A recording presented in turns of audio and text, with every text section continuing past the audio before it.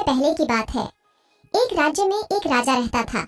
वहाँ अक्सर भेष बदलकर अपने राज्य के गांवों और नगरों में जाया करता था और प्रजा के हालचाल लिया करता था।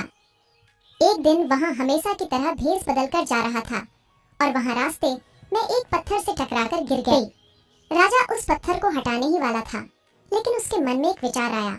क्यों ना मैं अपने राज्य के लोगों की परीक्षा लूं? आखिर मुझे भी तो पता चले कि मेरे राज्य की प्रजा का चरित्र कैसा है। थोड़ी देर में राजा को एक किसान दिखा जो उसी रास्ते पर अपना हल और बेलों को लेकर आ रहा था।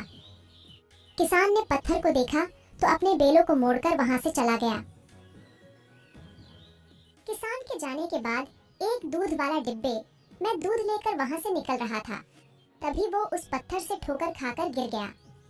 दूध वाले के घुटने पर चोट लगी और उसका सारा दूध जमीन पर गिर गया।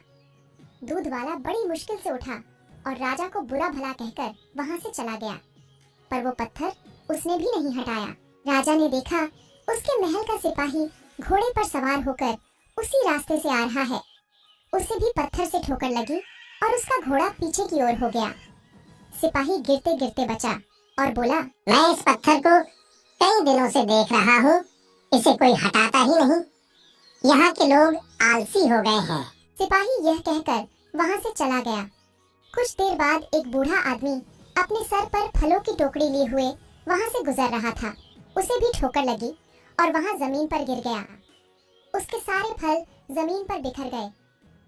तभी वहाँ पर एक लड़का दौड़ते हुए आया और बूढ़े आदमी को उठाते हुए बोला, बाबा कहीं पर चोट तो नहीं लगी? बूढ़े आदमी ने कहा, बेटा कहीं पर चोट तो नहीं लगी, पर मेरे सारे फल जमीन पर बिखर गए। बाबा के जाने के बाद लड़का उस पत्थर को हटाने का प्रयत्न करने लगा। अचानक पत्थर हिल गया। लड़के ने देखा एक आदमी पत्थर को हटाने में उसकी सहायता कर रहा है। वहाँ और कोई नहीं बल्कि राजा था। दोनों ने जोर लगाया और पत्थर को रास्ते से हटा दिया। राजा ने लड़के से पूछा, बेटा तुम कौन हो? लड़के ने राजा से कहा, मैं आश्रम में रहता हूँ और इसी गांव का हूँ। मेरे पिता आश्रम में काम करते हैं। राजा दूसरे दिन लड़के के साथ आश्रम गया और उस लड़के की तारीफ की और उसे पुरस्कार भी दिया। इस कहानी से हमें